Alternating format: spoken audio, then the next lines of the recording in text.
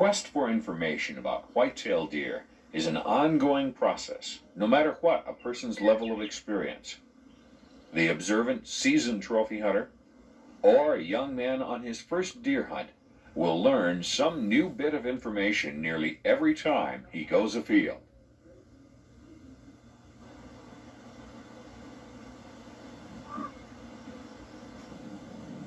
White-tailed deer are fleet, highly alert animals living in total harmony with their environment. Both physical and psychological preparation are necessary for a sportsman to overcome the deer's super acute senses of hearing and smell.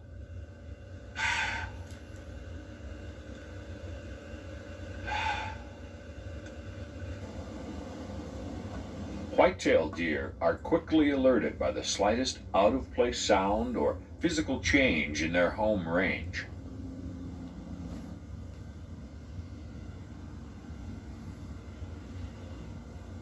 Unusual human activity will alter an older buck's movement, behavior, and time patterns, and even cause him to leave the area.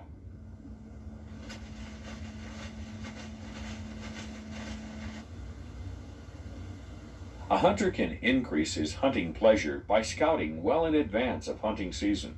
There is no substitute for some shooting practice and getting a feeling for the terrain. By moving slowly through a hunting area and using one's eyes and brain to gather information, the sportsman can select the best tree stand sites,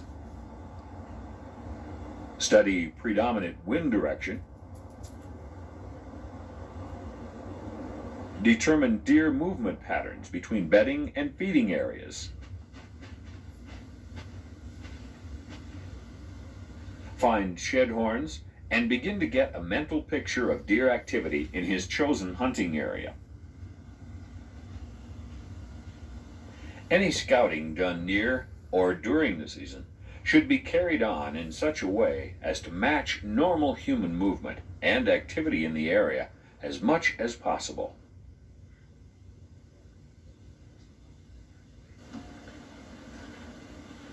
Basic but important hunting methods such as still hunting, stalking, tree stand sitting, and tracking are skills that take many seasons to develop.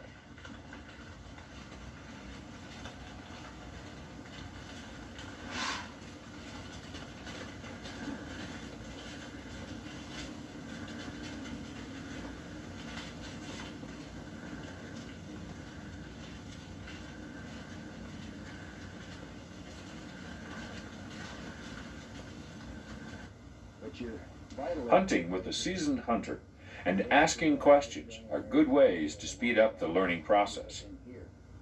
The proper selection and use of optics cannot be overemphasized. Proper weapon selection is also important. Whether the sportsman chooses a rifle or archery gear, it is of the utmost importance to be intimately familiar with the effectiveness and capabilities of the chosen weapon. As sportsmen, we owe a quick, humane end to every animal we harvest.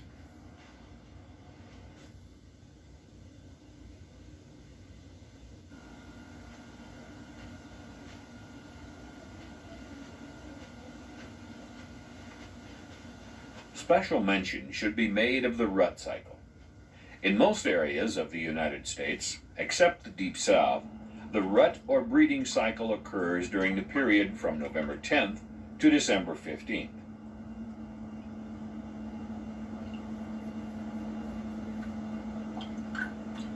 It is during this period that whitetail behavior is most modified and pronounced. The big bucks are very active and less cautious during this period.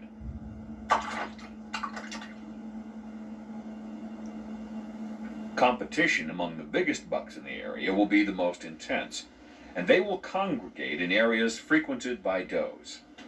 Even so, the collecting of a truly big buck is not easy.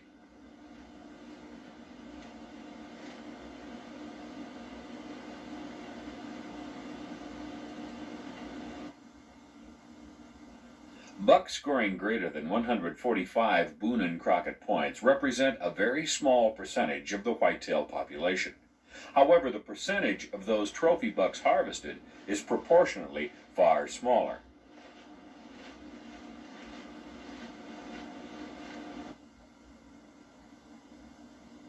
Whitetail deer are very adaptable. They exist just about anywhere there is a patch of cover big enough to hide them. They adjust to the presence of man and eat a wide variety of food types, and therefore have established healthy populations over much of North America.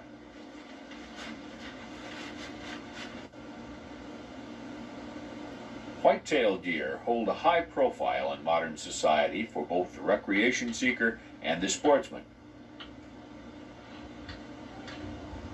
Nearly everyone who desires can experience a chance for good hunting within a relatively short distance from home. Symbols of wilderness, beauty, tranquility, or recreational opportunity, whitetail deer have a unique meaning to each and every person. Aesthetically, whitetail deer are important to North Americans. Millions of hours are spent each year by hunters and non-hunters alike watching deer in their natural habitat.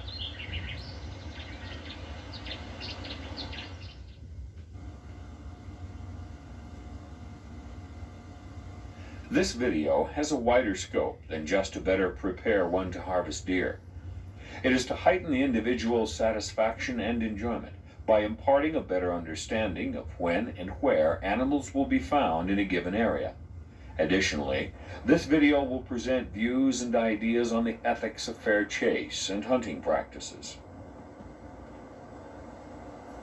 The whitetail deer experience can be enjoyed regardless of hunting success or time of year. Deer behavior is a fascinating subject.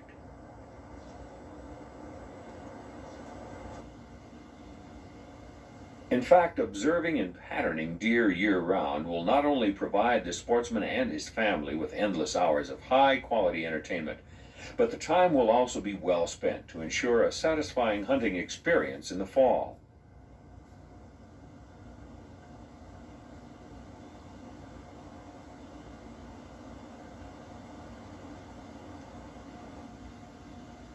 Paul Brunner is a man whose life revolves around whitetail deer. He not only spent years learning the technique of patterning and hunting a specific buck, but also founded a company that supplies top-of-the-line outdoor products for the whitetail aficionado. Paul wrote the book Treestand Hunting, upon which this video is based. Let's join Paul as he divulges one of the best-kept hunting secrets in North America: how to hunt the trophy-class bucks in your area using primarily a tree stand. Although this program was filmed in Montana, these techniques work anywhere there are whitetail deer.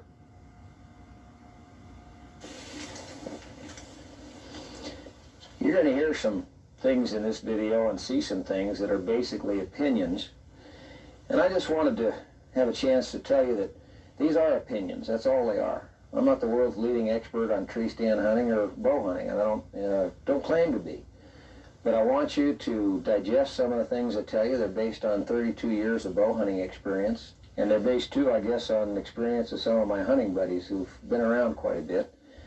And I just like to have you digest some of these things and chew them up a little bit, taste them, and see if you agree with them or don't agree with them. Just because I say it doesn't mean it's the gospel, but think about them. And use that hair-covered computer, digest them, and see if they'll help you in any way. Why don't you come on along with me and we'll do a little tree stand hunting. We'll look at sign, we'll look at places to put tree stands, deer travel routes, and we'll go out and see if we can put a couple of nice bucks on the ground. Let's go. First, Paul will discuss the principles of hunting funnels. But you're limited very much in scrape hunting to the rut period, and you're limited to the fact that a buck will come in generally downwind, scent checking a scrape. And I feel from years of experience tree stand hunting whitetails especially, you're far better off to hunt funnels. Funnels are everywhere in nature. I don't care what part of the United States you're from, where you hunt deer. Once you know what a funnel looks like, you'll find them and the deer will move there. No question about it. This is an aerial photo that we get from the Soil Conservation Service. One of the best tools you'll ever find when you're learning a hunting property. Here we have high mountains. Here we have a major river. the highway running along here. This is all hay bottoms, alfalfa, haystacks in the winter, bedding areas, and there's a number of very obvious, very easily seen funnels right here that you can see. If this were a strange property to you, you'd never seen it before, what you would look for is something like this. Square patch of thick timber, feed source nearby in the form of a hay meadow. Here's a lot of brush, river bottom down in here, swampy. You can see the swamps in here. Okay, here's a natural funnel right here. This is where it pinches down. This is where they have to cross down along these river channels into a bedding area. Another natural funnel is going out the other way. Again, another natural bedding area here. River bottom, very thick, real easy to see from the aerial photo. Okay, here's a funnel, because this is the thick patch or a thick line of timber. And any mature buck is going to come in like this, and he's going to stay in the thick stuff, going to hit this slough over here, and he's going to go right in here. And in the video we made, you'll see that shot a buck right in that very same funnel. He was traveling this direction, came out, looked for does, and was on his way down in here, we presume. He never made it. Here's a real interesting area here. This is one of the better natural funnels I've ever seen. It's a deep canyon, very, very thick on the east wall of the canyon, good bedding area. My best hunting partner and my wife Karen shot a real nice big cow elk out of a tree stand right here the fall we made this movie. Came right down in a natural funnel, no place else to go, out towards the hay meadows. She also killed a black bear there years ago. We'll find, I'll talk to bow hunters from the east, and they'll say, well, geez, I don't have any funnels. I hunt 2 square miles of hardwood bottoms. There's always a funnel. There's always something, either in nature or in the mind of the animal, that will bring him into a funnel situation. Whether it be just a thicker patch of brush somewhere, whether it be a little opening and there's a narrow spot in it, in the mind of a buck, that is his funnel, because he wants to be in the open the least amount of time possible. Look for a funnel, you'll score.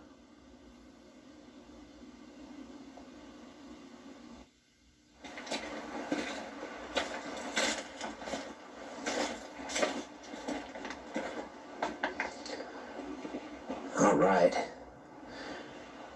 What you got here is a real nice shallow river crossing. Basically, that's a real super natural funnel. Very thick swamp, super good bedding area on that side. Over on this side, you got agricultural fields, oats and alfalfa. And we've got a wind straight out of the west, so we've got a 90-degree crosswind on this crossing. There's a real nice rub visible right from here. And I see it looks like another one over in there. This should be a really super buck crossing when the rut really gets going. The trail coming out of the river is right there. And I can see one trail going this way through the grass and one going over here towards the rub. It's an excellent spot for a tree stand right there. You've got a good batch of ponderosas with some juniper and fir behind for cover. I can see a tree that looks to me like exactly what I'd want to put the stand in. Real good back cover. Have good shots at both trails, and the wind will be totally in my favor. This is the rub that I spotted from the river. Now we got a double bonus here. That's a real good heavy deer, no question about it. This is a real stout tree, can't be bent over. We've got heavy tine marks, good and high. And right down here there's a fresh scrape. That's the first one we've been seeing anywhere on this side of the river. Late October, this is about to start up. We got about 10 days until the rut really starts to smoke. It's going to be a perfect spot for a tree stand with a funnel situation and the rut combined. For a tree stand situation, this is the kind of scouting that just gives you everything you need. You've found deer movement patterns. You know why they're moving. You know that the bucks will be moving where the does are, not to get to the feed, but to get to the does. You've got everything you need here. You've got a funnel, correct wind, good trees for cover. You got all the rut activity you could hope for. This old boy just really tore that tree up. And my guess is you're looking at a buck here that would go well into the Pope and Young, because that's a good big stout tree, and we've seen some pretty big tracks in here. Also some late summer scouting. I know there's several bucks in this area that could go better than 140. This is exactly, in a tree stand hunting situation, what you need to find. And you need to put all this in the hair-covered computer, and you sort it out and put it together and hope it works.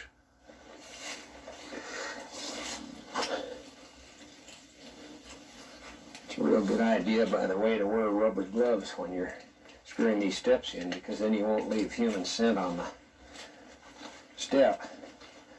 Another little bit of advice I found is don't ever buy a step that's made like in Taiwan, because the steel's no good. Make sure you buy American-made steps. The quality is pretty superior. You pay a little bit extra and probably won't get killed.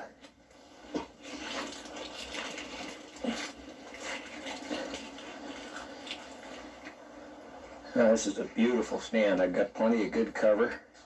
I can see a river crossing. It looks like there's probably another one down below. All I got to do is clear some shooting lanes. It's very important to make sure that you pretend to draw your bow. You want to make sure you have everything that could possibly hit a bow limb or an arrow out of the way. I can see that I've got to cut at least 4 limbs on this side and 1 over on this side.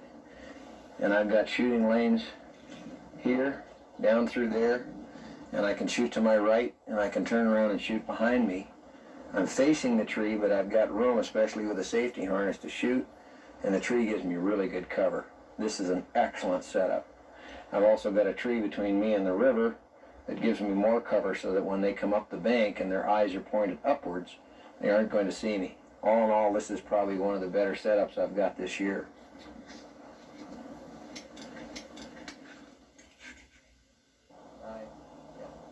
There are several ways that you can create funnels, but probably the most productive is on a barbed wire fence. In this particular case, we've got a real good bedding area beyond. We've got a tremendous feed area out here with alfalfa and oats. And what we do is we'll take the top strand of barbed wire, tie it down to 1 or 2 below it. Always make sure you've got permission of the landowner and he understands what you're doing. In this case, we have not lowered the fence enough for cattle or horses to get across.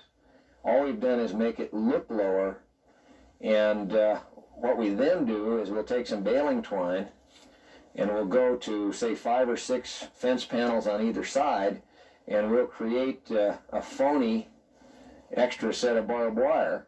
And what happens then is the deer sees it and it looks awfully high and exaggerates and makes this look lower than it actually is. This is probably one of the most productive ways to get animals crossing a fence in maybe a 1/4 mile stretch to come where you want them to come. And you always choose a place where you've got the wind right and a good stand for a tree stand.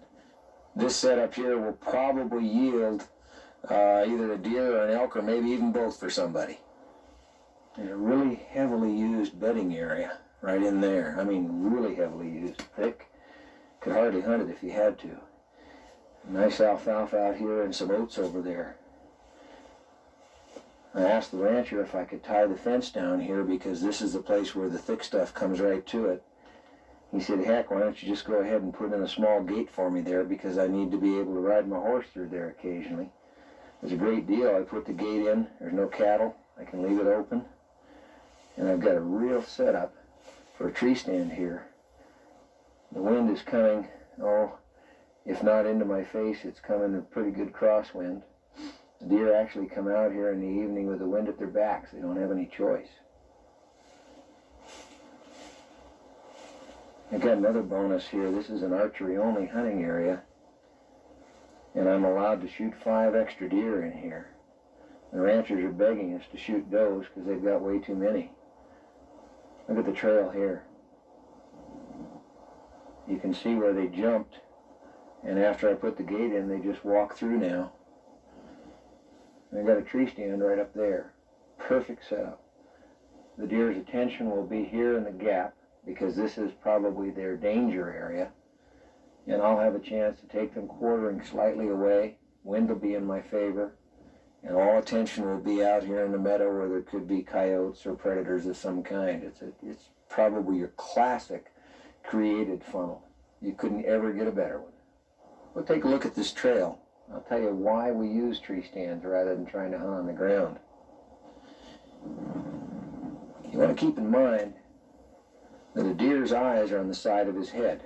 A predator, man, coyote, lion, eyes are forward for the chase.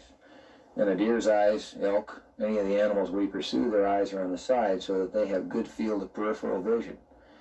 And they're constantly looking at this level, and they're seeing more to the sides than they are straight ahead. And that's why you see them constantly turning their heads, and their ears will be pointing usually different directions to pick up sound. Generally, deer and elk don't look up. There just isn't a natural airborne predator in North America. And so you've got a real advantage. You're not moving, and movement is what an animal spots far before it will spot form. And you get a real good chance, I think, to observe wildlife more from a tree stand. You can see further. You're above the game. It'll teach you things about the animal's habits, behavior, pecking orders that are going to be very important if you start putting this in the hair-covered computer and get hardcore about it. Another thing that's really neat, and we'll do a little demonstration for you with one of these Army smoke grenades. You get 15 feet off the ground in an average breeze, let's say 5 knots. Your scent stream will stay about 15 feet above ground for about 80 yards, and you can actually be on the upwind side of a deer trail if you have to be and not be smelled. It's real neat. Here's a good rub. Another rub. And I see several more over there in the aspen on the way over to the bedding area. And this is probably as far as I ought to go. There's a big rub over there. And there's already, I can see 3 different trails funneling down into this created opening here. Heck of a deal. I tell you, this is going to be a super, super spot. And I imagine my wife will probably take it over after I did all the work. Here's a situation where migrating elk have knocked a fence down and deer conveniently use that spot. This is probably one of the finest examples I've ever seen of a natural funnel. You've got the ridge up there on the right, and it's open, and the deer will always avoid crossing an opening like that. Comes down here into a beautiful little brushy notch, and up onto a high knob over here. And on the other side of that knob, it's open again. They're going from a series of meadows and brushy creek bottom rutting areas to a bedding area back here behind. The only time this stand can be hunted is in the morning, because of the fact that you've got a west wind here. The deer come out of their bedding area in the evening with the wind in their faces. In the morning, they leave the field area. It's pretty dark still. By the time they get up here, they've got the wind at their back and it's light enough to shoot. And there's a beautiful trail right here. I put a stand up here. I checked the location with my wind feather to make sure that it was right. If somebody asked me about this spot, I'd say 90% chance of taking a deer, probably about a 60% chance it's going to be a good buck. I mean, this one's like Fat City.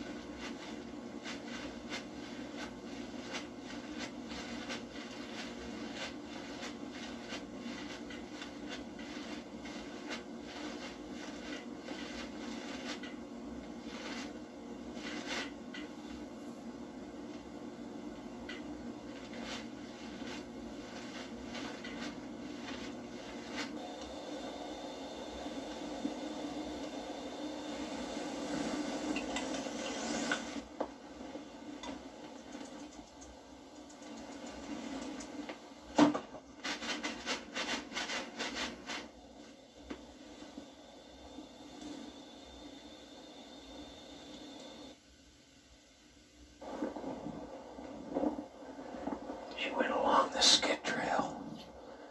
It's very important not only to watch your tracks, but to look ahead and to find logical places where a deer would bed. Now she still got her head up. Been about a half an hour. Very, very important not to push them when they're wounded. We just let her go. Probably was a liver shot. She looks dead. It's really important when you got an animal down like this to stalk it just in case it's still alive and have an arrow on the string. You just don't blunder into it. Yeah, she's definitely dead. Her head's back. All right. Went down through the liver. She started to move just as I shot. Nice doe. Real fat. Just in beautiful, beautiful shape. I'm real proud to take an animal like this. It takes just as much studying the deer's habits. It takes just the same amount of good judgment on tree stand placement. These does are just as smart as bucks, and especially an older animal like this. We do a good game management job. We get a wonderful piece of meat, and we just get the same kind of accomplishment. It's really neat. You get a chance to take an animal like this, go for it. I scout constantly. One of my favorite ways to scout is from the air. One of the things that I really like about it is I can see what game is in the area, I can get to know the area, and boy, can I locate funnels. And I hunt funnels.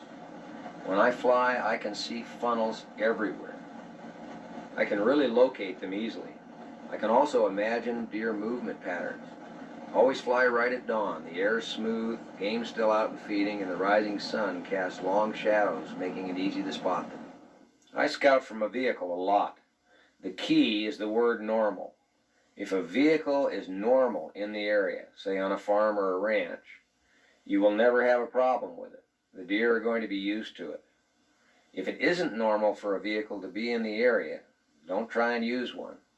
You'll notice these deer are just as calm as can be, and they're not tame. They're only about 60 yards from the car.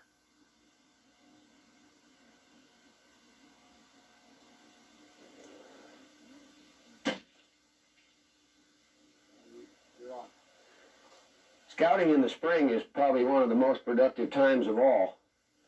Still got a little snow here on the ground. Temperature's nice. What I'm looking for is shed antlers, last fall scrapes. I always carry my bow with me and shoot a few judo heads.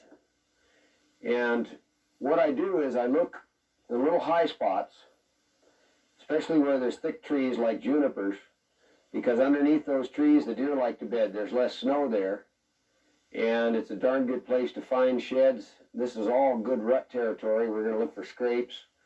Lots of times I'll scout in the spring because I don't want to scout when the bucks are actually in the rut and scraping. I don't want to be in the woods, but now I can find those scrapes, and I know that they'll use the same scrapes again next fall.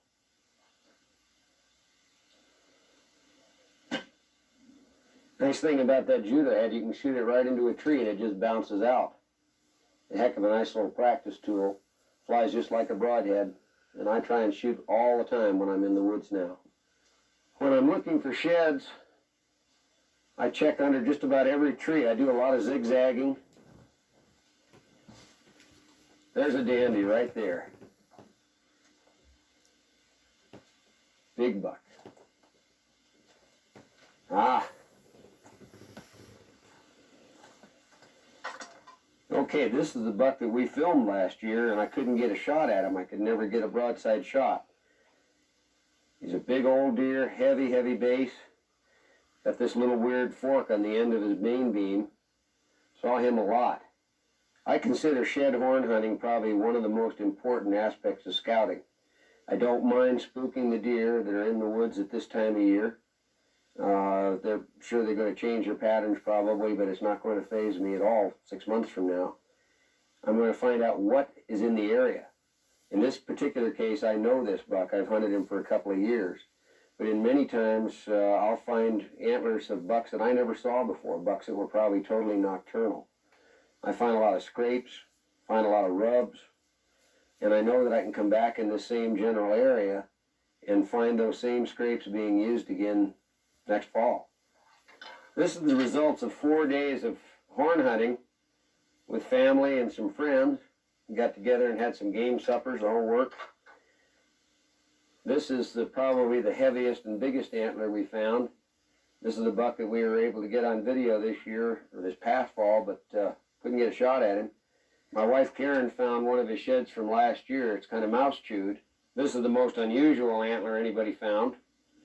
I happen to find it. It's what we call the double main beam buck. Started scouting him in July, got photographs of him in the velvet in August. Never got close enough to really tell what was going on with him, and then we got photos of him later, passed him up, and hopefully we'll find him again this year. The fact that we've got the shed antler indicates he made it through the winter, we hope, and who knows what he's going to look like. He could be just an average 4x4 or 5x5, and we wouldn't recognize him, but hopefully he'll have some sort of an abnormality like this. Pretty neat. A lot of fun. It's all part of the mix that makes up scouting.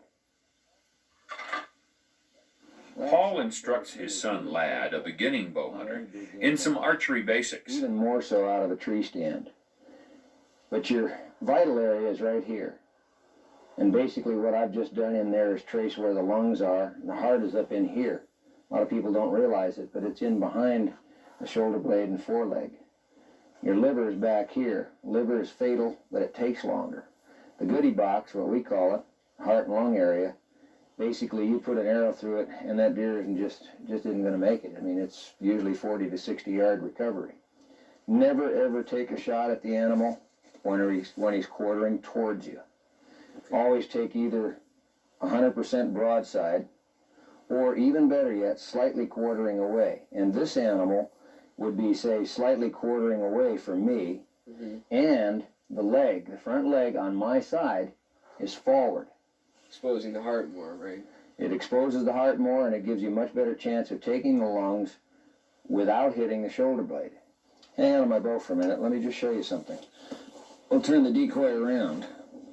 Okay, now, this is you in a tree stand over where you're standing. Now what you've got is an animal that's quartering slightly towards you, and this leg is back. If you shoot, for example, in here, you're going to hit that major upper leg bone, and you're just ending up with a very, very poor shot. And there just isn't any game animal on earth that's worth, I don't care how big the rack is, it's not worth taking a marginal shot. You got to love and respect that animal, and you got to treat him properly. When you get a chance from a tree stand at a shot like this, always remember that you've got to visualize the angle that the arrow is going to take. For example, if you have this kind of a shot, the animal is in a position where you can shoot right about here from where you are, and it will angle down and come right through everything and should come out in front of the foreleg. That's an excellent shot. Even though you're aiming back here, it isn't a gut shot because of the angle. Right. If the animal's like this, no good. You can't shoot there. You would shoot here, but you're still better off to let him move this leg. Forward. You bet. If that animal is walking, get yourself a rhythm. And as he starts the leg forward, you've already mentally picked the spot, and then you draw and shoot so that the arrow hits just when it's extended out to its maximum. Okay, one thing that's really, really critical, and a lot of guys don't think about, is using the proper broadhead, especially tree stand hunting. Because you're shooting down on the animal, the odds of hitting a bone on an animal in any position are at least 50%. Right. Ribs, edge of a shoulder blade, you name it. Now, those odds change from a tree stand. Because you're shooting down, if you hit a rib, you're hitting it much closer to the backbone, so the rib is thicker and heavier. If you're shooting down and you clip the edge of the shoulder blade, there again is a major obstacle to keep the arrow from going into the goodie box. You could hit the edge of the shoulder blade and center punch your rib. You also have the chance, especially if the deer is kind of walking slightly away from you, of hitting the spine. So it's very, very important to use the best penetrating broadhead you can. And I'll give you a little demonstration on what happens with one broadhead versus another on penetration. You have any idea why penetration would be even more important from a tree stand than on the ground? No, not really. Okay. Your entrance wound is going to be high, unavoidable. You're up above. If that arrow does not go out the offside, at least breaking the skin, then all the bleeding is internal until it gets to the entrance wound. No blood trail. No blood trail. Even a fatal hit, no blood trail for quite a ways. Right. If that arrow goes through, and a pass-through is the most desirable thing of all, then you got a blood trail, Buster. Right. I mean, you got a blood trail. Got any questions? Well, I've been having deer see me shoot and hear me shoot. When's the best time to draw on an animal in a tree stand? Okay. If the animal is looking in your direction, or if it catches you moving, and I don't care how quiet your clothing is, wool, you name it, there could be some noise, all right? What you want is you want that animal to be walking along relaxed or feeding. It's great when a buck is chasing a doe in the rut because his brain is right on one thing. Yeah, you know, you're a teenager, right? Okay. Now, another thing that you want to do, too, is make darn sure that you aim low. You've been practicing out of a tree stand, and you know it's that same old downhill effect that you'd even get with a rifle. You've got to hold low. And I recommend practicing constantly from an elevation. But just always remember to try and take that deer when it's not on red alert, when it's just moving along nice and relaxed. And if it doesn't look good, I don't care if it's a Boone and Crockett buck, don't take the shot. There's always another day. Okay? Yep. Good deal, buddy. And I'm going to show you a broadhead demonstration that I think is going to really impress you a bit. Okay. Alrighty. This is a Zwickey. It's a two-blade Eskimo head. You sharpen it yourself. This particular head has already been through 2 deer this year. And why don't you hold that one for me? Okay. Piece of elk hide. It's tanned. Got a few holes in it because I do this demonstration in seminars. And we tested 52 broadheads with a green steer hide and a digital scale. And what we found was this head was the best penetrating at 4.6 pounds. The first replaceable blade head went through at 26 pounds. The next one went through at 40. Wow. At 50, several of the heads did not penetrate and they broke the aluminum shaft. Now just watch what I'm going to do. I'm going to find a place in here with no holes. This is a broadhead right out of my quiver. It's sharp enough to hunt with, done with a file. You can see that I'm just using my forefinger and my thumb. I pull down, total penetration. Now take a look at this. I will avoid breaking the aluminum shaft just because I don't want to have to ruin a $3 shaft. Okay, this is a brand new head out of the box. Stand back a little. If I pull down too much more on that, that shaft is going to break right in half. Wow. And there's absolutely not so much as a hole in that piece of hide, just a dent. That's with a chisel point head, and you can't even see the dent where this head didn't penetrate it. I did this to teach you a lesson. It's about 20 degrees out here, and I wanted you cold. Okay? You're going to be cold. All right, now look. The whole principle in bow hunting and keeping warm is you have to layer yourself, because the layers are just like a bird's feathers. When he's cold, he fluffs them out. They hold oxygen. If it's really cold, they have what they call the middle garment system. We don't have it here because it's not that cold yet. It's important to get a sock with a good pile inside because that traps air. Just remember, we're getting air next to our body. If I can learn to stand up here, I'll get this other sock on. All right, now, the bunny boots, absolutely without question, the only truly warm boot in the world. Starting to get warm, too. Okay, now when it's really, really cold, I use cotton gloves. I cut the fingers off the ones on my shooting hand. And then you go to the Woolly Booger hand warmers. These will go through your belt loops. When you need to shuck out of them, they'll fall down behind you.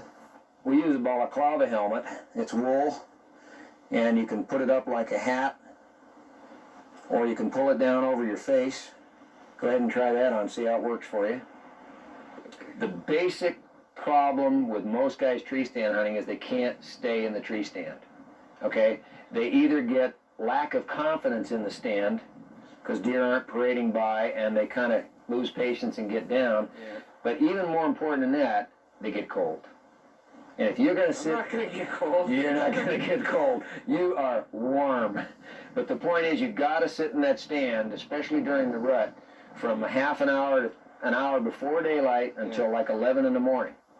And in the afternoon, you got to get in there. It'll be fairly warm, and boy, by the time low light comes, you're going to be freezing. Once part of your body starts to get cold, it's lost.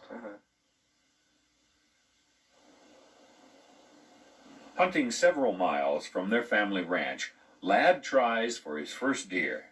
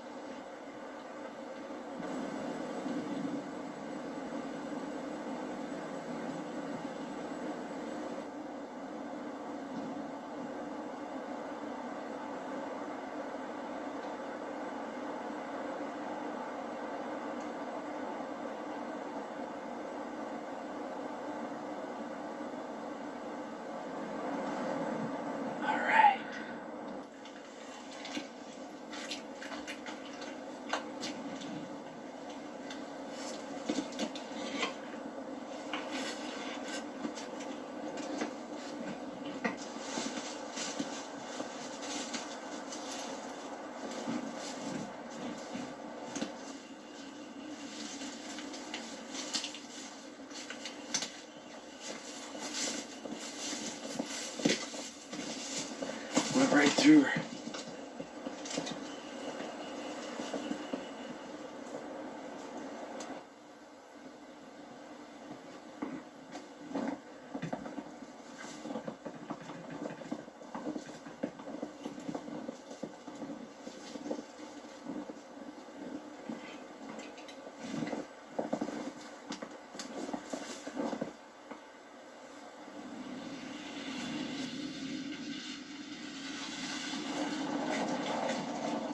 You got him! Your first deer. All right. Super, man. Your first deer. Thanks. And with a bow. Yeah. Super, man. That's great. Not bad. Big doe. Hey, you didn't even gut it out. It's my first year, man. I don't know how to do that. You know something? If you weren't so tall, you'd be all right. So I have to gut it out for you, huh? Well, I guess I owe you that. Man, I am so proud of you. Thanks I mean, a lot. to do it with a bow and arrow, neat. Pretty cool feeling. Once you've picked out a... Many sportsmen are confused about the value and use of scents. Paul will share his thoughts on the subject. When I talk about scents, I basically think of two kinds, negative scents and positive scents. Okay, negative scents are those scents that would mark you as a human to an animal. It takes a long time to go through the list. We'll be brief. Just think of some of the bad ones. You leave the house, you think everything's right. Oops, you get a little toilet paper and stick it in your back pocket. But your wife went down to the store and bought the perfume stuff. That's grim. How many times have I driven by the pump your own gas station just before dawn and seen the blazer and two guys standing there in camo pumping their own gas? You can't do that. You've got to get rid of all human scents. What I do is I start with the naked body. You've got to get rid of body odor. I do that by using an unscented and scent-removing soap. This happens to be called Scent Away. Basically what I'm using is a scent system that Hunter Specialties puts out. I've checked into it, found out that it's the real McCoy, and so I use basically all of their stuff. I bathe in the Scent Away soap. I use it on my hair. Don't use shampoo. Just think of the last syllable, poo. I rest my case. Use something like this. It works fine for your body. It's healthy. It's good for you. The next thing that I do is I use this. And this is Pit Stop long-lasting deodorant. It's the only long-lasting deodorant in the world. I get about 3 weeks out of it, even though I shower anywhere up to 2 times a day. Stuff is just amazing, and it gets rid of all body odor. If I should have everything right, and I'm on my way hunting and spill coffee on myself or something like that, I use this stuff, and it really works. I've seen a number of so-called removing scent sprays. What I did was I went to our cat box and tried them.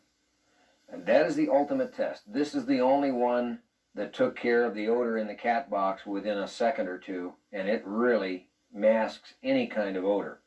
Biggest problem in the scent industry today is everybody is telling you about their liquid scent and their liquid doe and estrus scent. It's impossible. There'd have to be 1 million white-tailed does in captivity, and they would have to have thermometers attached above the tail, they would have to have bladder bags, and they would have to have urine trapped at exactly the estrus moment, which is once a year, or twice if they miss cycle.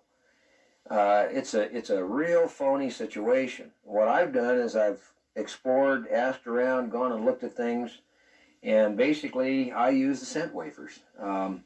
I'm more interested in a cover wafer than anything else. For example, in Montana where I hunt, there's always elk around, and my favorite one is cow elk urine.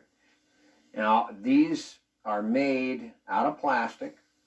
Put the wafer on, reseal the box. I use the wafer for several hours.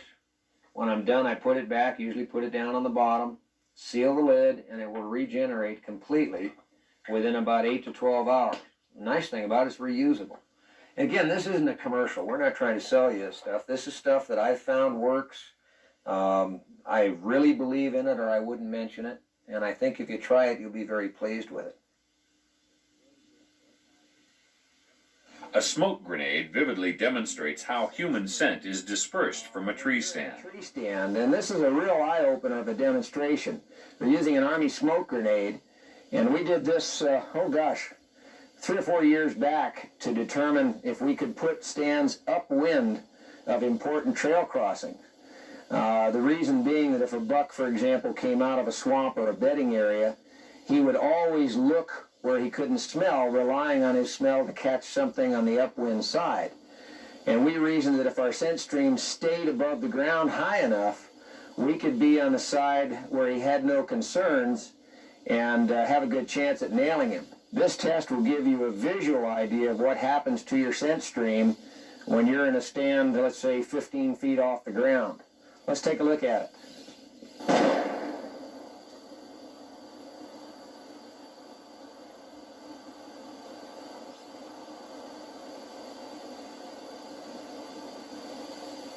What you're seeing here is you're seeing how the scent or the wind keeps your scent off the ground. In normal wind conditions, probably for 70 to 80 yards. This particular day we got a very squirrely wind, but when it's steady you'll notice that this smoke is staying up above for quite a long time. And in theory, you could have a whitetail walk on the downwind side of this tree 30 yards away, and he would be under your scent stream, wouldn't have a chance of picking you off. Paul takes a stand in a natural funnel that pinches the moving deer into a narrow corridor of trees bordered by a beaver slough. Here comes one.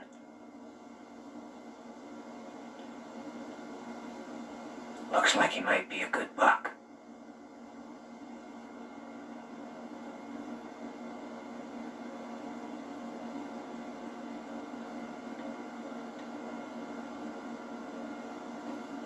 He's a good buck. All right, come on.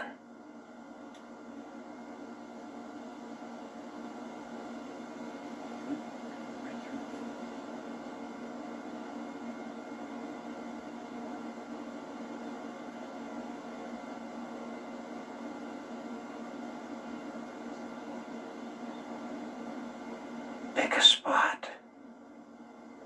Come on. Oh, what a dandy. No, don't go over there. Come on. No, this way. Ah.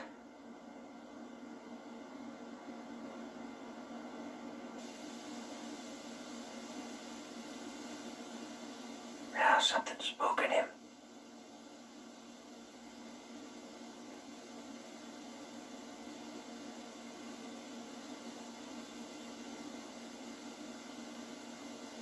What's he watching?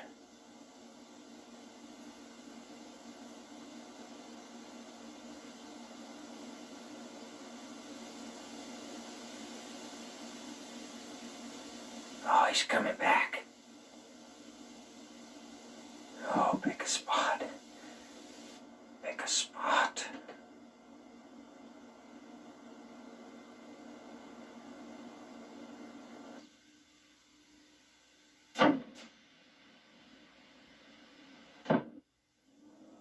Got him.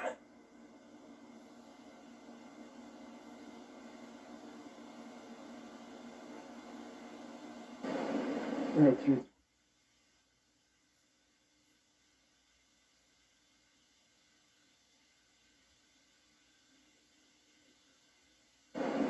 Right through the goodie box. Man, what a dandy buck. He's already staggering. Oh, he's going down.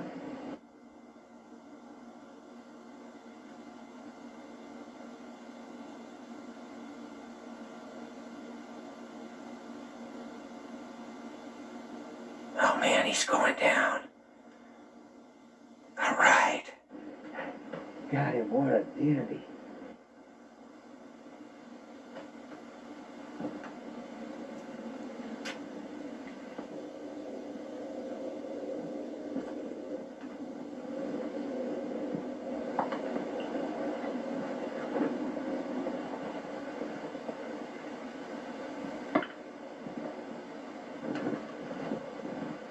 Here's the arrow. I took him what looked like right through the heart. The arrow must have hit the off leg because it didn't get full penetration and go through. I actually saw the arrow flip out with the broadhead already broken off. The buck went right back through the funnel that he came out. A beautiful setup. You've got a warm slough over in there that doesn't freeze up so the deer can't come across there. They have to come around the slough through this little gulch and this thick stuff. And it's just always a good deer trail here. I've hunted here quite a bit. No, he's dead. Oh, what a beauty. Oh man, what a buck.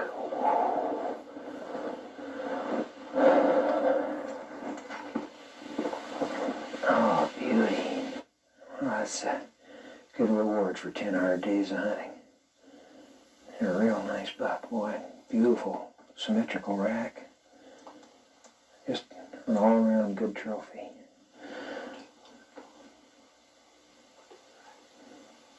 Not only that, but we got one more buck tag left and some more hunting season left. This is really neat.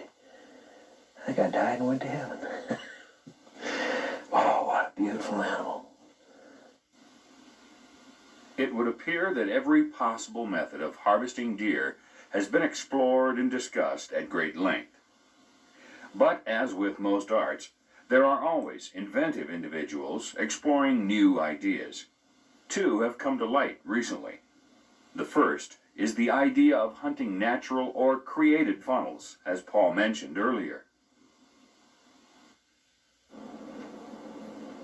A second idea was introduced by bow hunters Tom Storm and Harry Burnett. The two designed, built, and worked out the techniques of hunting deer with decoys. Originally, fully mounted does were tried.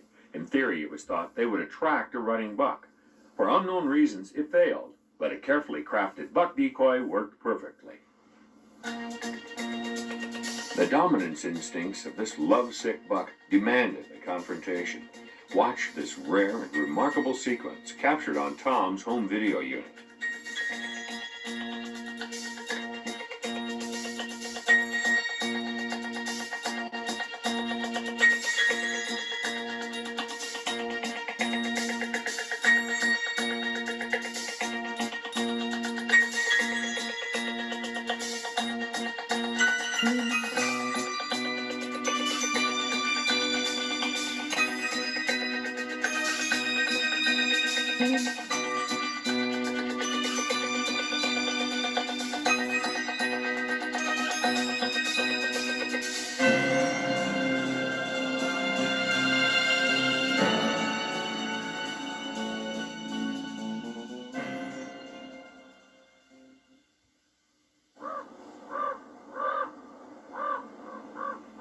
Stony Wolf Video, in cooperation with Tom Storm, Harry Burnett, and Paul Brunner, will be releasing a video soon that will cover in depth the techniques of hunting rutting whitetail bucks with decoys.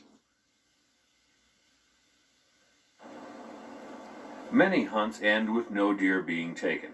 Hunter impatience, errant wind currents, a creaky stand, or bad luck, and the best laid plans can fail.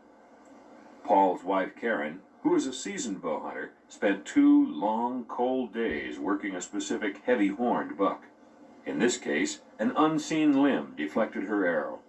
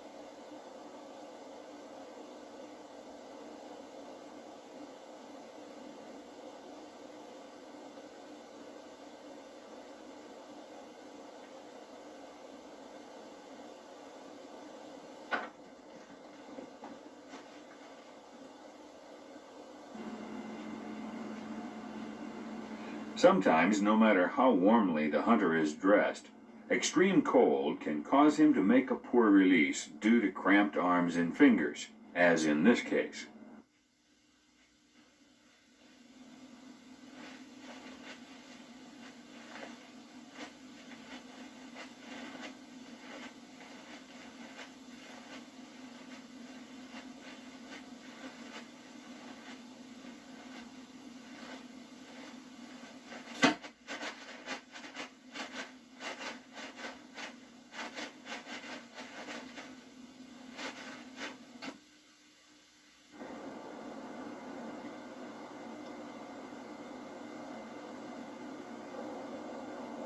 Even for an experienced outdoorsman, watching a deer for a long time can cause excitement to build to the point where the hunter will forget to aim low.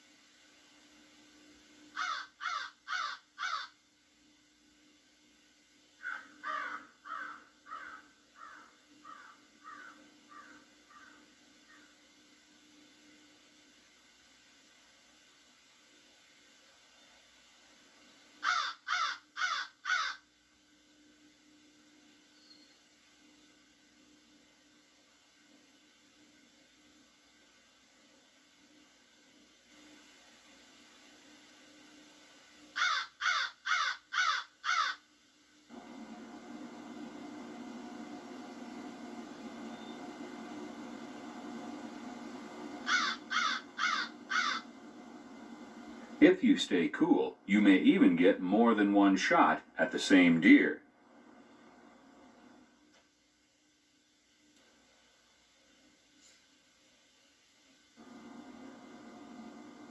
There are various types of tree stands on the market. Some are good and some not so good. Safety should be the most important concern of the tree stand hunter, followed by a silent stand with as near perfect stability as possible. Let's examine some different styles. Tree stands. There's the pin mount system, the self-climbing system, and the chain-on system. And you've got three things to be concerned about when you're using a tree stand. That's quietness, stability, and safety.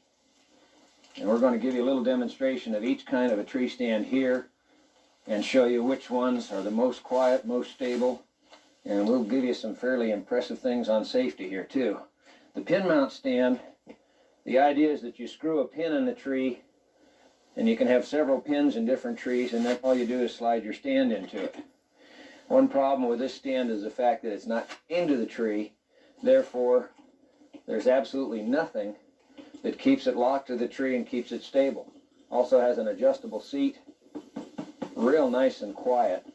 You definitely aren't going to have much luck with a big buck out of this.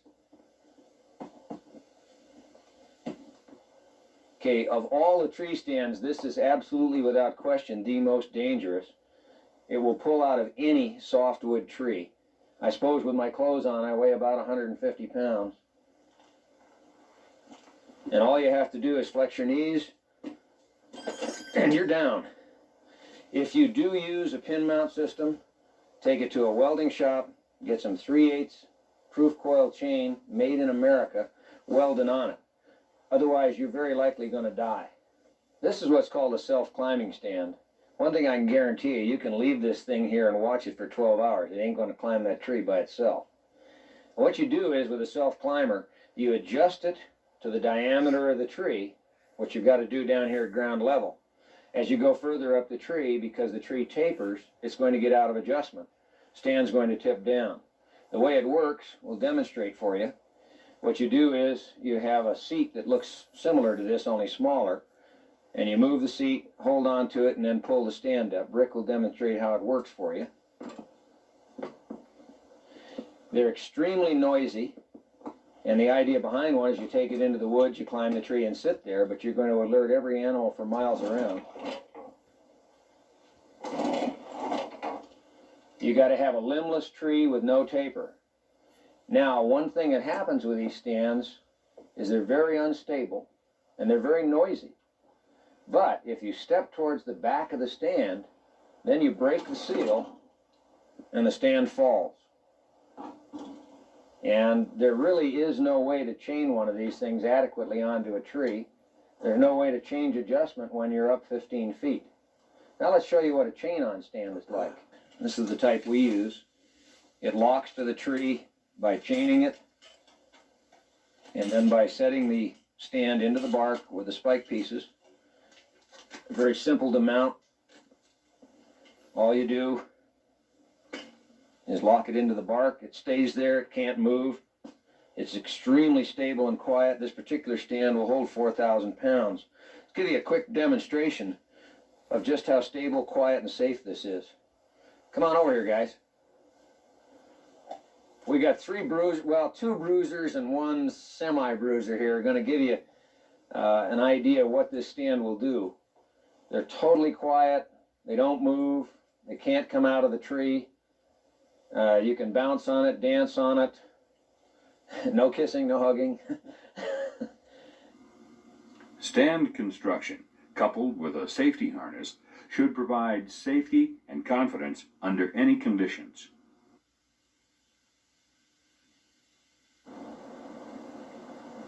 If you stay with it long enough, plan well, and use good equipment, eventually you will get an opportunity to take one of the best bucks in your area.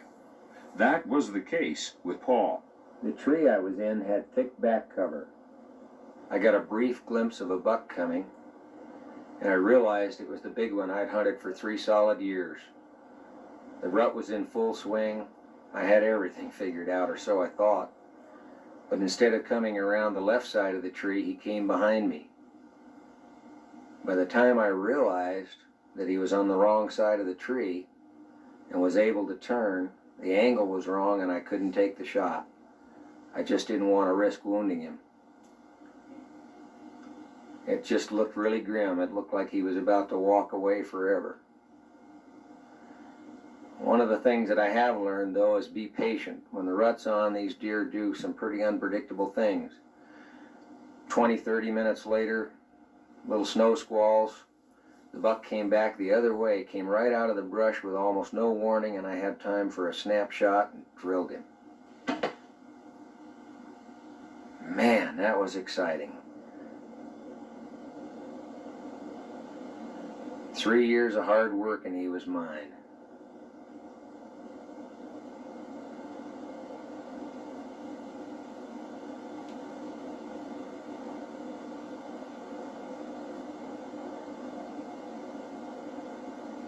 I hit the buck just a little far back. My guess is probably a liver shot. So I let him rest up at least an hour so far. Here's where the first blood is. When the buck went out, he just crashed through this brush. I mean, you could hear sticks breaking and everything. He's spraying pretty well. And here's the arrow right here. Got blood all the way up to the top of the feathers, right to the base of the nock. It should be a real good hit. We'll slowly track him and keep an eye up in front of us. This is something we mentioned before. Always watch ahead and see if you find him bedded up or if you find him dead. This is a real good place to have a good pair of binoculars because it's thick. He's either going to be dead or he's going to be bedded down. And well, I tell you, without a good pair of binoculars, you could have some real problems.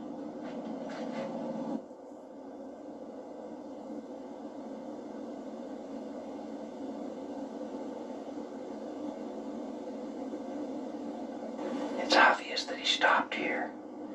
There's quite a bit of blood in one spot. That's a good sign. There isn't an exit wound. The arrow didn't go all the way through. We're going to have to just really go super quiet from here on in. He should be up here somewhere ahead. It's been about an hour and 30 minutes since I hit him.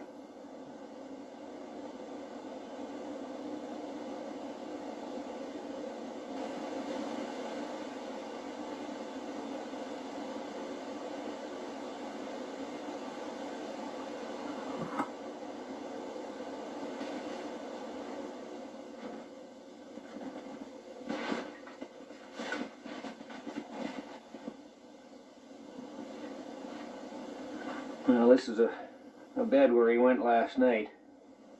This is a really good time to demonstrate a point that I think a lot of bow hunters aren't aware of. An awful lot of places will sell you dark green camo arrows with brown or green feathers. I dip mine in about a 10-inch white dip. Make sure they have white feathers, easy to see. There's a real good reason for this. When I shot this buck last night, it was snowing pretty hard, and I saw exactly where the arrow went. He began to jump the string just as I shot. I hit him about maybe 4 inches too far back from where I aimed. Pretty sure it was a liver shot. The point is, when you can see that hit, then you have a real good idea where it is, and you know what to do when you're trailing him. And as the light was getting marginal last night, I did see him get up out of a bed and kind of wobble off, and I just said, okay, we're just going to let him go. This definitely was a liver hit, no question. Because of the white arrow, I could see the hit real well. And a liver hit can take anywhere from an hour to 4 or 5 hours to put a deer down. Depends on what kind of hemorrhage you get. And a real good lesson is to make darn sure that you do not push a deer with a liver hit. And when I saw him still up after an hour and a half wait last night, I just said, hey, we're going to wait until tomorrow morning. And I'm sure we're going to find this buck because there's several bloody beds that we came through yesterday.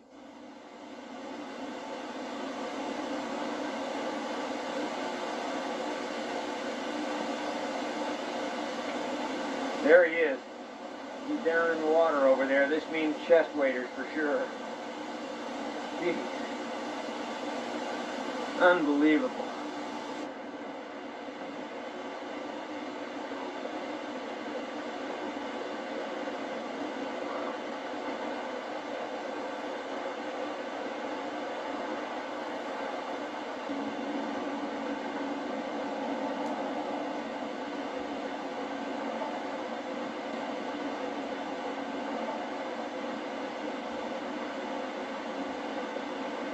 That's the second biggest buck I've ever taken.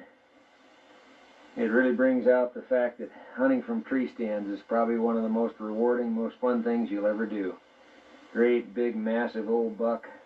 Makes it all worthwhile. All the cold and missed lunches, filled hot water bottles in a tree. Makes it all worthwhile. When you actually consider the situation, releasing the arrow at a buck under your stand is the easy part, almost anticlimactic. It is in the course of events that lead up to the moment of truth that the real effort is made.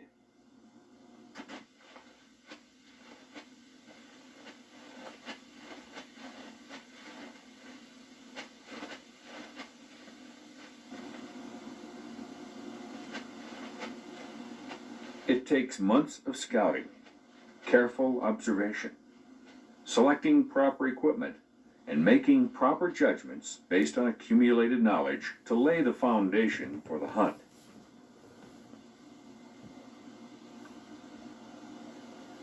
All this has to be done before the sun slides over the treetops on that special, cold, clear morning.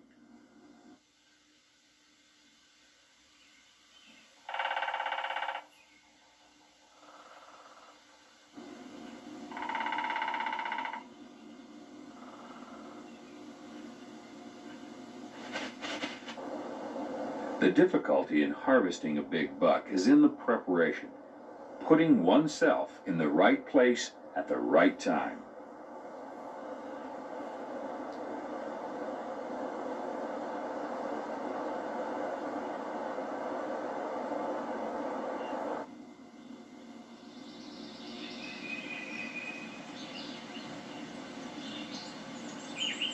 It's all part of the fun and enjoyment of pursuing the North American sportsman's favorite big game animal, the white-tailed deer. Good hunting